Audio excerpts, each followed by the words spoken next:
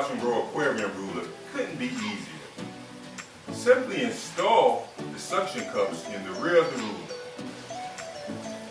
Once in place, push the suction cups in an upward motion.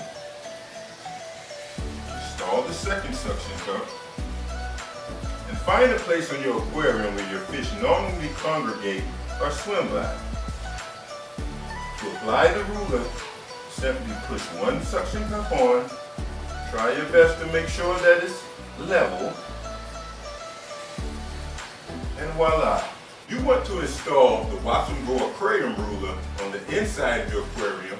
Simply install the suction cups into the front of the ruler. By using the same motion, insert the suction cups and push them in an upward motion. Insert the second one. Locate an area in your aquarium where your fish swim by or normally congregate. Insert the ruler into the aquarium and press one suction cup first.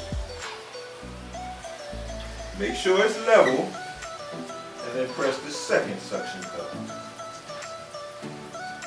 You're now ready to watch your fish grow.